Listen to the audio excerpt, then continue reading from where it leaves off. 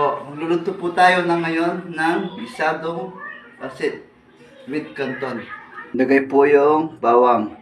Lagay po yung sibuyas. Lagay po yung bell pepper. Lagay po yung kikiam. Lagay po yung squid ball. At ilagay po yung pinagkuluan na manok. At ilagay po yung carrots. At ilagay po yung beans.